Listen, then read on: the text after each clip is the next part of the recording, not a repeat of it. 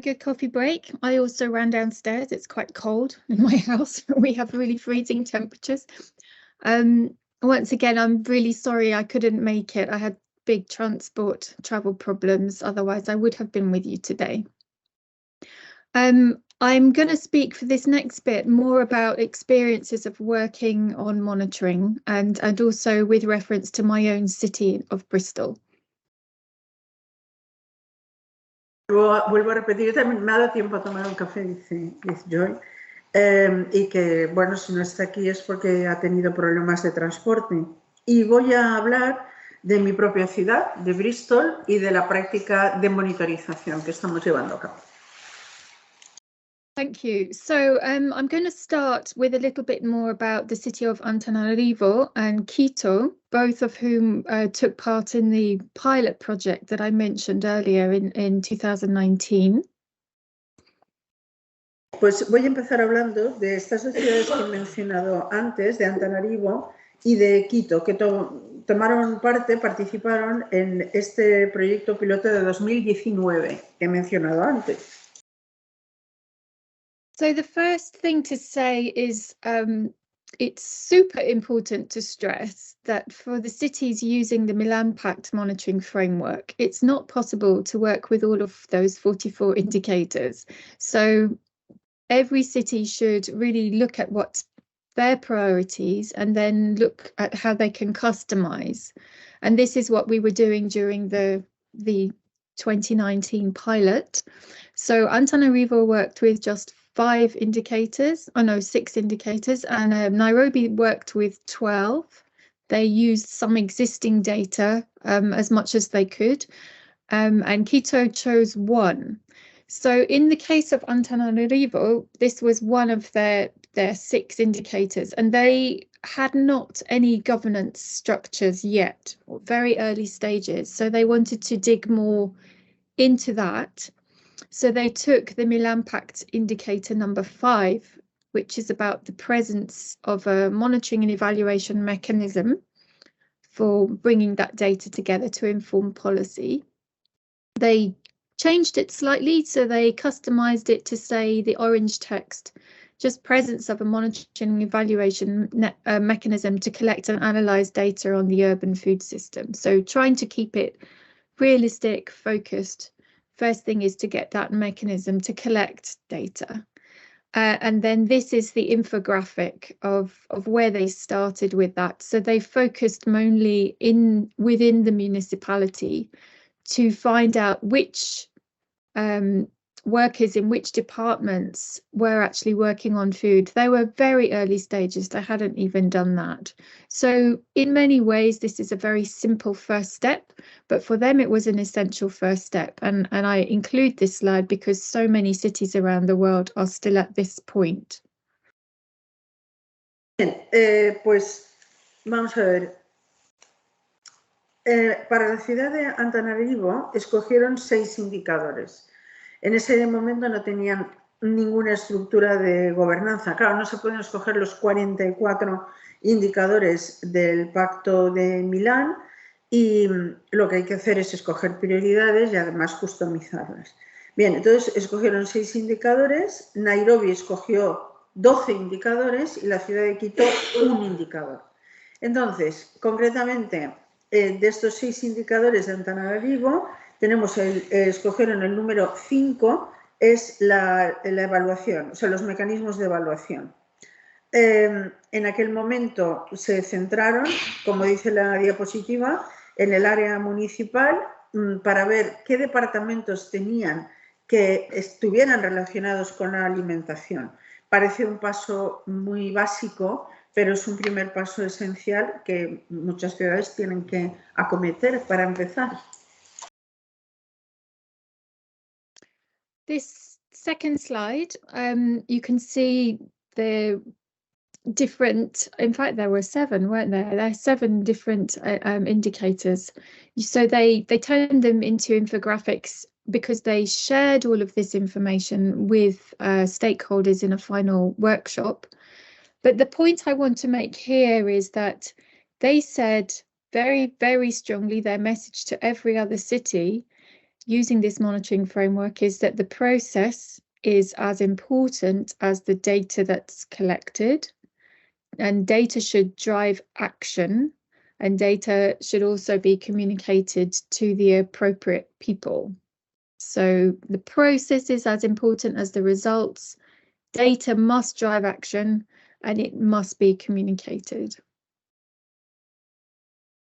En esta segunda diapositiva vemos 7 indicadores que se compartieron con los interesados, con los actores en un taller.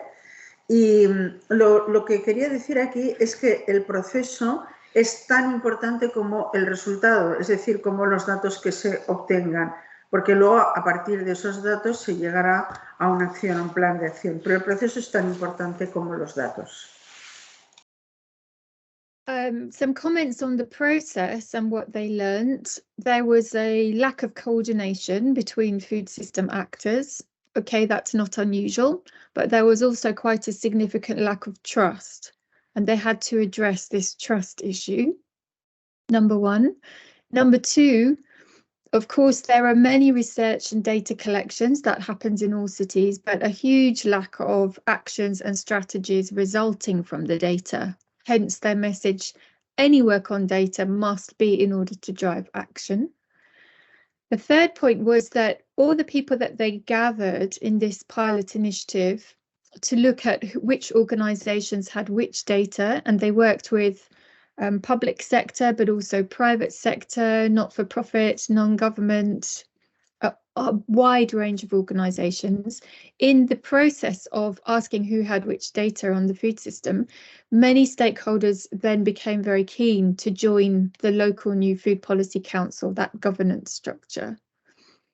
Of course, they recommended that this work should continue, no point in stopping, and they only just started, and they recognised a huge opportunity for new projects relating now to this much clearer evidence of need and current situation. Estas son las lecciones aprendidas, ¿no? A partir del proyecto piloto en Antananarivo. La primera, una falta total de coordinación y sobre todo de confianza entre los distintos sectores alimentarios. Luego, mucha recogida de datos y de investigación, pero falta de actuación y de estrategias. Y luego, a partir de ahí, sí que se produjo una movilización por parte de los actores que sí, que querían unirse, ¿no?, a este comité o a este consejo local. Y también se recomendó, desde luego, la continuación en el trabajo con los datos. Y finalmente se ha constituido en una enorme oportunidad para los proyectos relacionados con cada uno de los indicadores. So the next slide is from City of Quito. I mentioned before, Quito chose only one indicator. So first of all, the question, why did they only choose one? Well, they were facing a change of administration. So they had gone from a very pro-food supportive leadership in the municipality to one that was not interested, wanted to throw away the work of the previous one, etc. We all know the story. So they had to find a hook that would be attractive to the new administration and be simple enough to help that new administration go on their own journey. So we had a lot of discussion at the start of the pilot about, was it even possible for Quito to participate? And we talked about this fact that the food system is beautifully complex, and to our advantage, those of us who work, if we have a sudden change of administration or policy focus, there is always something within the food system that will fit their interests. So you just have to find it, and you have to find the right language. So in this case, of course, social inclusion, food poverty, hunger, and they worked with the indicator out of the sustainable diets and nutrition work stream category. So they were looking to try and align and improve the adoption and access to sustainable diets and recognition, linking it with other initiatives and other external actors. This is translated from the Spanish. I should have had the original, but I couldn't find it. I'll stop there for translation and then say a bit more. Thanks. En la ciudad de Quito, que, como he dicho antes, tenían un solo indicador. ¿Por qué? Pues porque se había producido un cambio en la administración pública. La anterior era totalmente pro alimentos, etcétera. La siguiente, la que estaba en el poder, no estaban en absoluto interesados. Entonces teníamos que encontrar algo que los enganchara, un atractivo. Incluso llegamos a plantearnos si era posible participar en el proyecto con un único indicador. Pero bueno, lo que hay que hacer cuando se produce un cambio de administración es intentar acoplarnos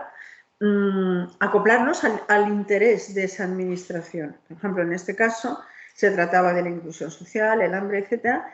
Y entonces, por ejemplo, uno de los temas que se trató, uno de los indicadores, eran las dietas de alimentos básicos. You can see from this slide, column number 3, issue to be measured or assessed. They've broken down that already into a lot of different aspects. And this was because in using just one indicator, which they reformulated, that's in the second to the last column, they reformulated to just investigate the number of initiatives led by both public and private actors in the city's food system to promote sustainable diets. They realized they could put many things under that. So although the new administration wasn't so interested in the wider food system, they could nevertheless use this one indicator to unpack a lot more information. And you can see in that final column a lot of different sources of data which they worked with just on one indicator. And the other thing to say here was it gave them the opportunity to define what a sustainable diet means in the city of Quito. That work hadn't happened. So they spent some time working with all these different stakeholders to look at what that really meant. Bien, pues entonces lo que vemos aquí en la tercera columna concretamente es el número de actividades y el número de personas participantes en actividades relacionadas con toda una serie de cosas, ¿no? De campañas, etcétera. Luego, en la penúltima columna es la reformulación del indicador, es decir, el número de iniciativas por parte del sector público y privado en el sistema alimentario de la ciudad para promover una dieta sostenible. Y finalmente, aquí tenemos las fuentes variadas, ¿no?, de los datos, porque al final de lo que se trató es de ver qué significaba el término dieta sostenible en la ciudad de Quito. This slide is a bit more on why they chose just this one indicator, but it was selected with their multi-stakeholder food platform, their governance structure. They selected this. It certainly generated analysis and understanding from many different actors' perspectives in the process of collecting data. And it raised these issues around food sovereignty, environmental awareness. They could bring it all, I've already said, under this one indicator. And it also then generated a logical sequence to move forward with other indicators. Bien, pues ese es el indicador seleccionado por parte de la Administración Pública de esta plataforma, el Pacto Agroalimentario de Quito. Se trataba de generar análisis, debates y una comprensión del problema desde la perspectiva de los distintos actores y ver qué es lo que añade valor a la aplicación de la estrategia alimentaria en Quito, lo cual a su vez suscita la conciencia medioambiental y posiciona el derecho a la alimentación, a la soberanía alimentaria, que genera una secuencia lógica para avanzar en otros indicadores. They're now doing this monitoring every year around this indicator, mapping actors, looking at sources of data from public and private organizations. They're looking at primary and secondary data qualitative and quantitative.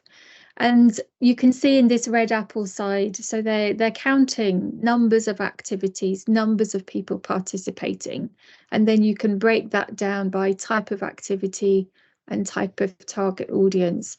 So this what is summarized in this, actually it's a tomato, not an apple, isn't it? On this side, this is what we worked out during the 2019 pilot project, how to do that. And now you can see some of the results. And when you start to look at this, obviously it's not just about what people are eating. This is giving you a bigger picture of the food system in relation to that. And they've used this now to engage back with their administration in quite a clever, simple way. Bien, entonces la monitorización se ha ido realizando una vez al año, se ha hecho una especie de cartografía por actores, las fuentes de los datos, tanto públicas como privadas, primarias y secundarias, en términos cualitativos y cuantitativos, y estos datos obtenidos nos dan el número total de actividades y el número de personas que participan en estas actividades. Estos datos pueden ser desglosados por tipo de actividad y por público objetivo. Pues eso es lo que se ha estado haciendo desde el año 2019 y lo que se ha conseguido al final es dar una imagen mucho más amplia, mucho mayor, que sí que ha suscitado el interés de la administración pública. So moving to the UK, I'm going to tell you a bit about my own city in Bristol. We have been working on food together, but it's been driven very much by civil society and then trying to take the local authority, the municipality, with us. So when I say we, now we have a partnership of several different organisations and a number of different departments within the municipality. During 2018, we made an agreement with the city to go for a Sustainable Food City Award. So in 2016, Bristol had gained a silver award. And in 2021, finally, because of pandemic delays, we were then the second only city in the UK to gain a gold award. So what we tried to do was to engage the whole city in taking action. I'll tell you a bit more, but just back to translation for now. Volviendo otra vez al Reino Unido y al sector alimentario, se partió de la sociedad civil, aunque luego hemos tenido también la participación de la administración pública. Tenemos un partenariado, una asociación con 7 organizaciones y con varios departamentos municipales. En el año 2018 llegamos a un acuerdo con el con el Ayuntamiento de Bristol y en el año 2021, de hecho, se nos concedió un premio muy importante. So with our work towards a gold award, really this was about trying to create mechanisms to enable many more people around the city to take part and work together towards shared goals. We've been trying to do this for many years and it's difficult. So what we did for the working towards the Gold Award, so this was 3 years from 2019 to 2021, and we had to change our strategy in the middle because of the pandemic. But we created a website and we divided it into these 6 themes here, categories, which you can map to the Milan Pact as well. And they're also mapped to the UK Sustainable Food Places work streams, themes. And then you could register on the website either as an individual or as a non-food organisation meaning any university or a bank, institution, a bank, whatever, it could be a business. And then if you were a food business specifically, you could go to a 3rd category. So the idea was that you would click on the website according to your type of audience and then go to these different themes of food, and you would find suggested actions where you could register what actions you're taking.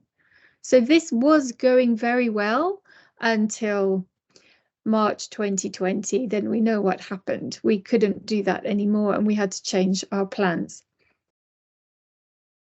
Entonces, lo que hicimos fue abrir una página. Bueno, vamos a hablar. La cuestión fue desde 2019 a 2021, porque tuvimos que cambiar a mitad la estrategia a causa de la pandemia. Pero lo que hicimos fue abrir una página web, que es esta, con 6 categorías de acciones. Entonces, podías posicionarte como persona física, como individuo, como organización no alimentaria, una universidad, un banco, una empresa, quien fuera, o una organización alimentaria. Entonces, clicas en lo que te interesa, escoges el tema y ves las acciones que se pueden llevar a cabo. Entonces, todo esto se hizo hasta marzo de 2020, porque todos sabemos lo que pasó en marzo de 2020. The other thing to say about getting a gold award is there was criteria, and we had to create a submission with evidence of what had changed between 2016 and 2021 when we finally submitted our evidence. So we do effectively have a monitoring report, but it's not written as a monitoring report as such. It's more a descriptive narrative of what was done.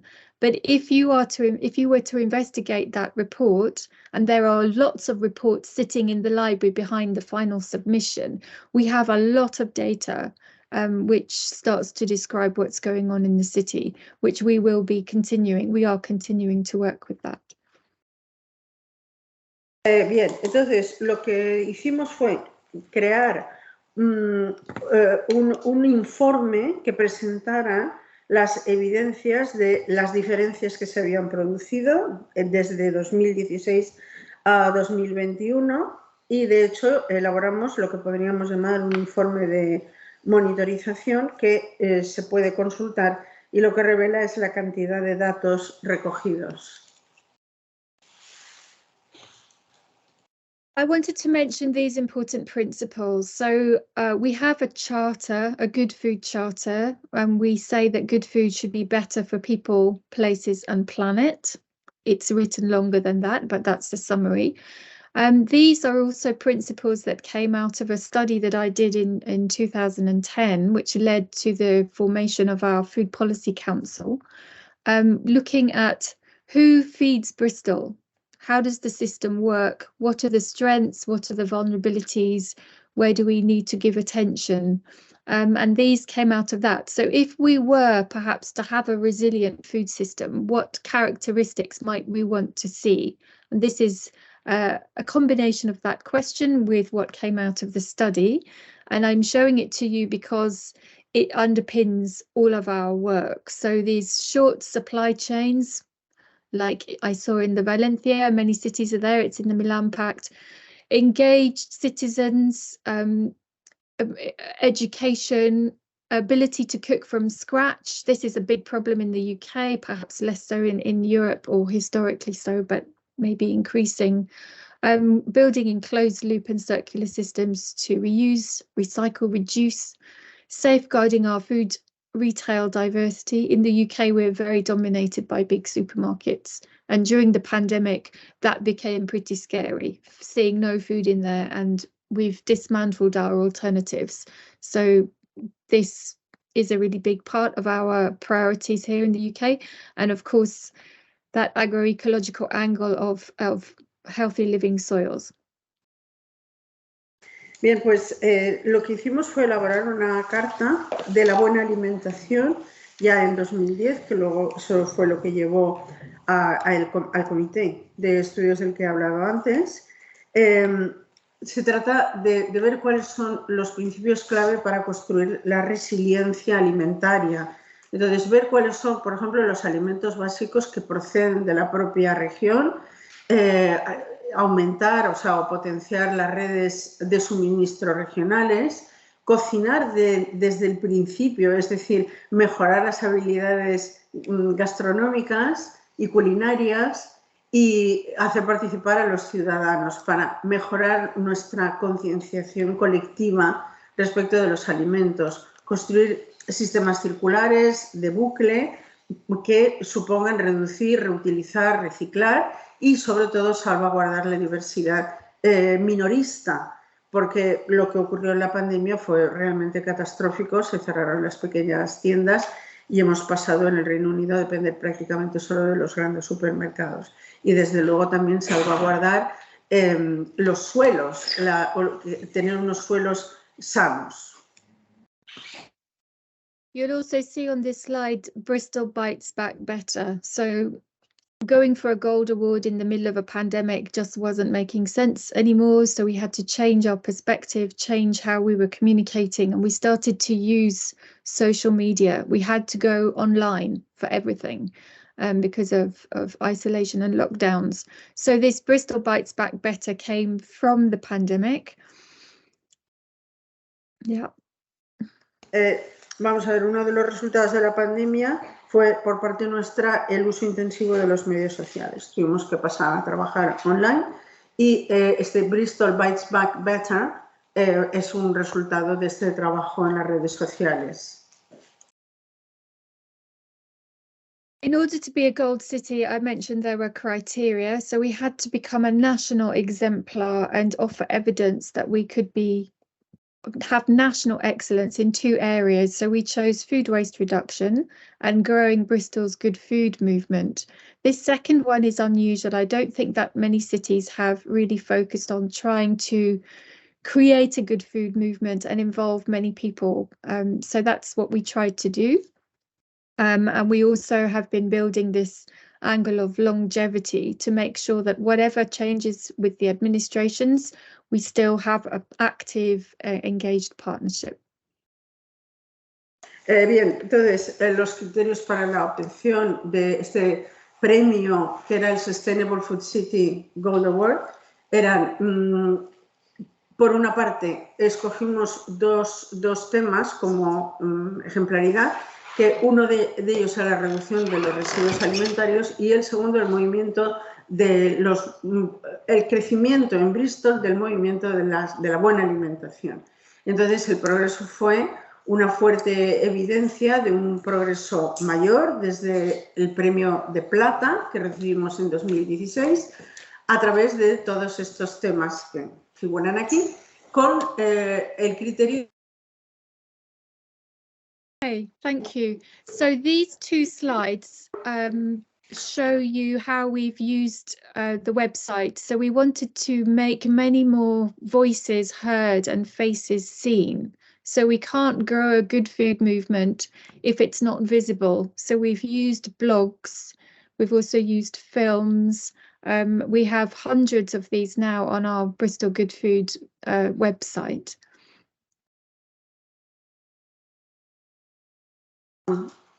Hacerlos visibles. Entonces, para esto utilizamos la página web y tenemos blogs, tenemos vídeos, tenemos cientos de personas que aparecen aquí para llegar a esta visibilidad.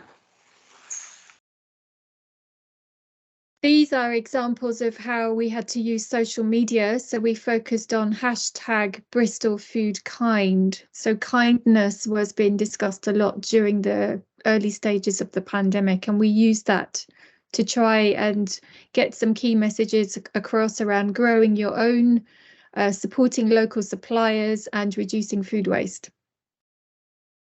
Entonces, para aumentar el uso de los proveedores locales y disminuir los residuos alimentarios, hemos utilizado toda una serie de ejemplos con un lema que era kindness, ¿no? la amabilidad, y así hemos implementado estos mensajes.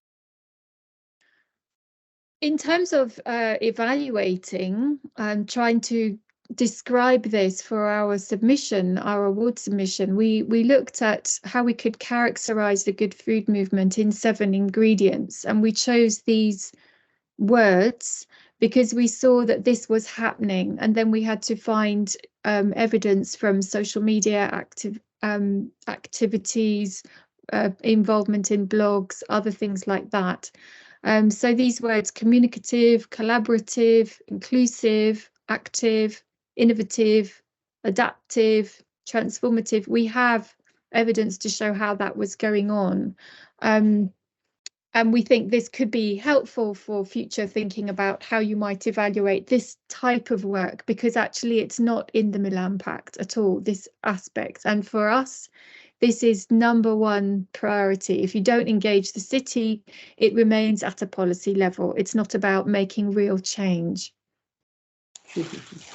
Bien, pues lo que hicimos fue, para tratar de describir este movimiento, utilizar 7 ingredientes, esa es la palabra que utilizamos, que son comunicativo, colaborativo, inclusivo, activo, innovador, adaptativo, transformativo. Porque lo importante era llegar a obtener las evidencias suficientes para llevar a cabo la evaluación, pero todo esto fijando una prioridad y teniendo la participación de la sociedad civil y no solo de las instituciones. I'm nearly finished. Just to share with you what next. So we've followed our work, been awarded the Gold Award, and we're now working on a plan for Good Food 2030. And we have continued with these themes at the bottom. We're developing action plans for each of these themes with working groups of stakeholders. We still have our higher level governance group. So that's at the moment called the Bristol Good Food 2030 Partnership. So in 2018, we stopped calling it the Food Policy Council because people were finding the words confusing, and because we started to focus on shared activity, and we've continued now with that. But this is part of our governance approach. We're continuing with the stories, the blogs, the films, and we're also working on a Good Food 2030 plan, quite a detailed plan with monitoring, with indicators. So this is all work underway right now. ¿No? Bueno, pues lo que hemos hecho es elaborar un plan hasta el año 2030.